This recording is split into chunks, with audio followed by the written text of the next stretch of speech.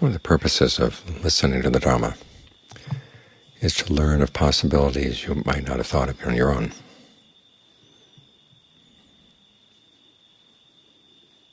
For instance, with the breath.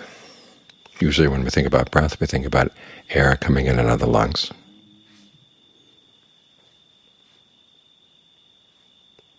But in the Buddha's analysis, the breath is something already there in the body. In fact, it's because of this primary breath in the body that the air does come in and out. Without the energy in the body, the air wouldn't come in and out of the lungs at all. So when you're looking for the breath in the body, look for what's already there. There are potentials here you may not have thought of. This is nothing mysterious or esoteric. It's your basic sense of the body sitting right here, right now. What in English we call proprioception. And it has different qualities. There's a heaviness, but there's also a lightness. There's warmth, and there's also coolness. The breath is associated with the lightness because it's energy. And think about it for a minute. The breath is the first thing you sense in the body. We tend to think of the body as being a solid, and then we try to put the breath into the solid. But before you're aware of the solidity of the body, you're aware of the energy. It's the energy that allows you to move different parts of the body. So you want to give that priority, because when you give it priority, you can do things with it that you couldn't do otherwise. As you breathe in, you can ask yourself, where does it flow? Does it flow down? Does it flow up? Or do some parts of the body flow down while other parts flow up? Does it feel obstructed, or does it feel like it's open and free-flowing? The more free-flowing it is, the better it is for the body. So if you notice there's a tightness or tension anywhere in the body, allow it to relax. And John Lee recommends starting at the base of the skull and the back of the neck. Relax the muscles there, and then go down the spine.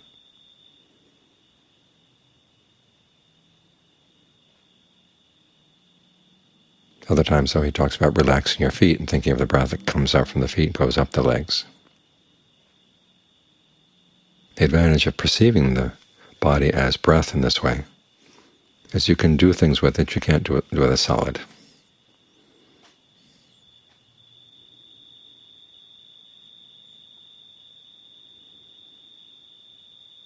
For instance, when you're dealing with pain. For most of us, the pain is just there. We have to work around it. But if you remind yourself that the breath is prior, that you're actually experiencing the breath before you feel the pain, then allow your mental image of the breath to flow through the pain, because it can. Think of it dissolving the tension that we tend to build up around pain. And also look to see what parts of the breath energy are not flowing well, that may not be right where the pain is, but may be causing the pain.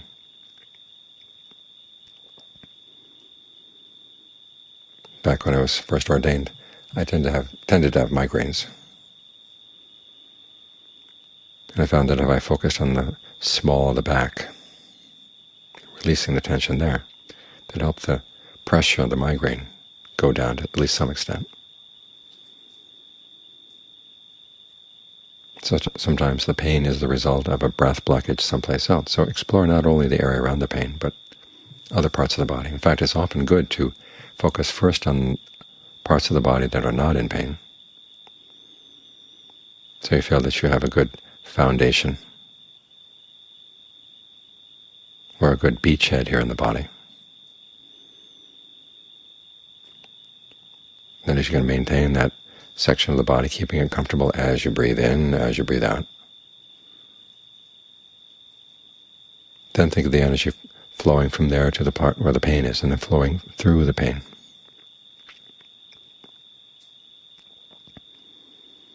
There's a lot more to play with here than you might have thought.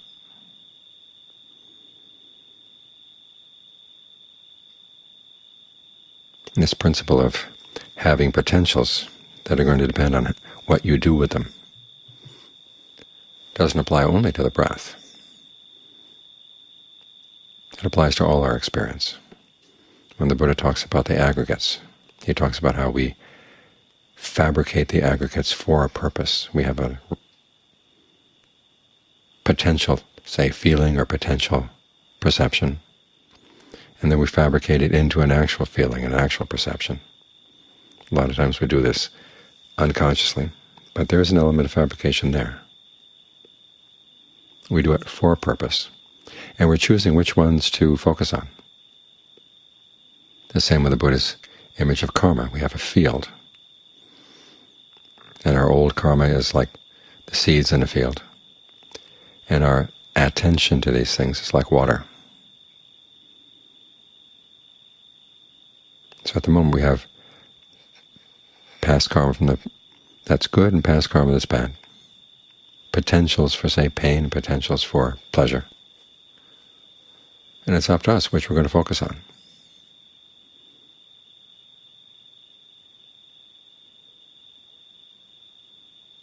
This is why the Buddha's teachings are not deterministic.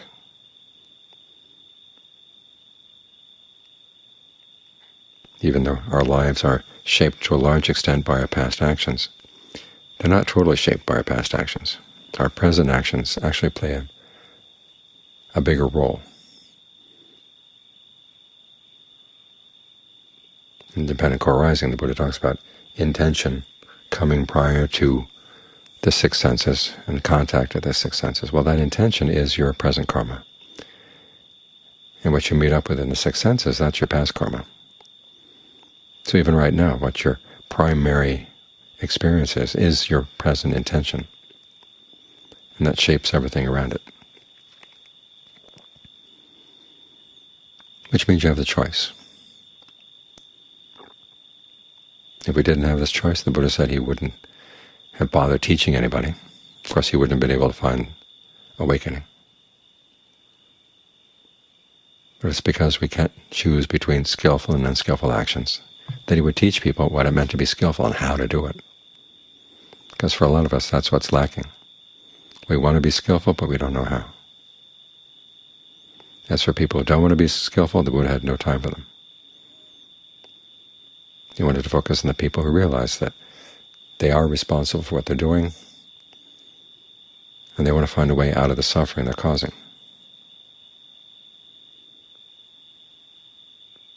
So he says, we have these potentials. This is how you work with them. You do have the choice right now as to whether you're going to suffer or not suffer.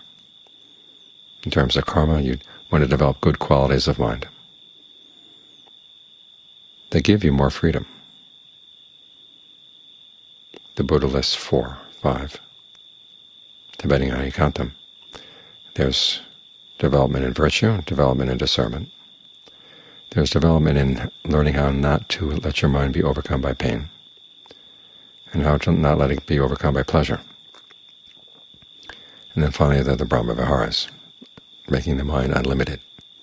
He said if you develop these qualities in the mind, then karma coming in from the past, if it's bad karma, will hardly be felt at all.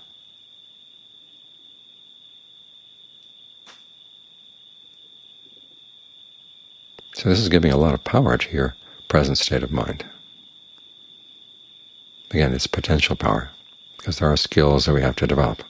It's not that we're automatically able to not be overcome by pleasure or pain. In fact, that's what one of our big problems is. These things overcome us.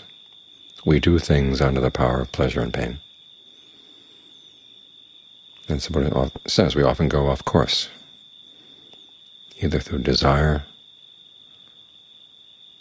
or delusion, aversion, fear. This is how we act in ways that are biased and unfair. It's because we're overcome by pleasure and pain. So the practice of concentration is one way of learning how not to be overcome by these things. This is a good skill to develop, to give you a wider range in your repertoire of dealing with the present moment, and also more freedom of movement.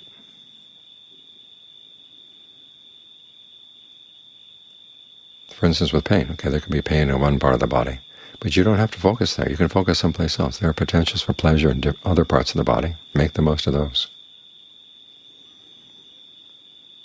And even if spreading that sense of ease through the pain doesn't dissolve the pain away, at least it puts you in a different position vis-a-vis the pain. You're no longer in the line of fire. You're no longer in its sights. You're off to one side. You can be separated from it to some extent. And it's when you're able to separate yourself from it that you can begin to understand what is this process of pain. And it's in the understanding that you really gain more and more control over whether you're going to be overcome by it or not, because you begin to see your perceptions around the pain are the main problem. If it weren't for the way you perceive the pain in the body wouldn't be able to spread into the mind. So there's something going on in your perceptions. So you want to look into that. Instead of seeing the pain coming at you, think of it going away from you.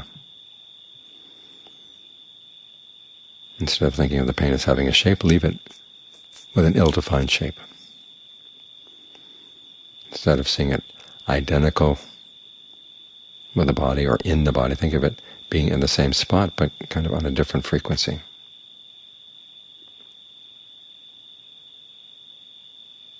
And you find that your relationship to the pain has changed simply because you've changed the perception.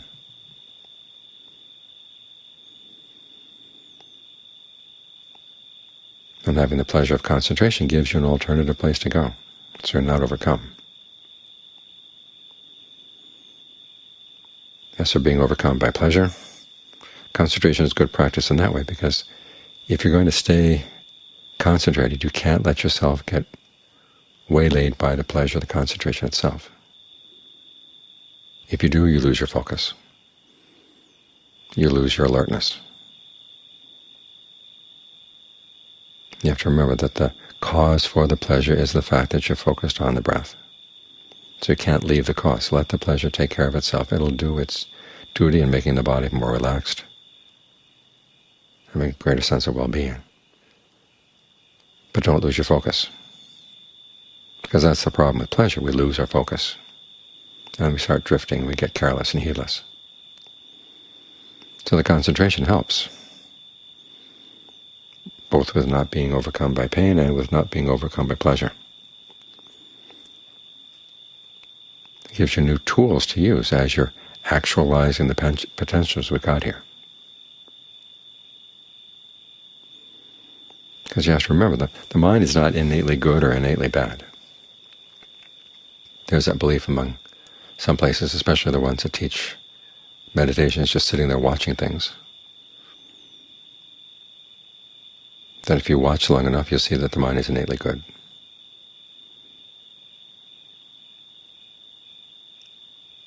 And there are some parts of the mind that are misbehaving, that if you watch them, they'll stop misbehaving. But not everybody. We have other potentials inside that are not so good. So you have to be very careful which potentials you're going to maximize. In the body, there's a potential for pleasure, there's a potential for pain. Which are you going to maximize? In the mind, there's a potential for going after sensuality and a potential for not. Which are you going to actualize?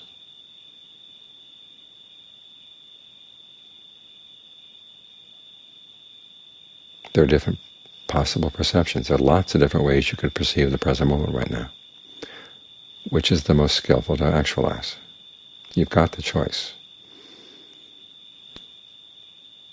And the Buddha's Dharma is alerting you to the fact that you have these choices and giving you some ideas about how to handle them properly. But the actual skill is something you have to develop yourself. But it's a skill well worth developing.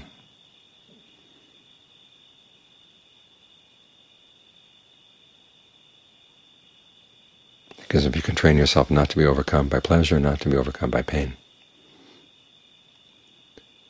it means you can learn how to rely on yourself more. Your mind isn't so easily pushed around. There's a greater range of powers open to it.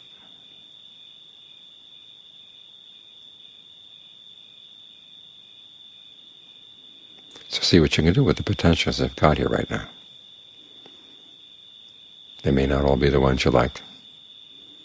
We all come with our different aches and pains.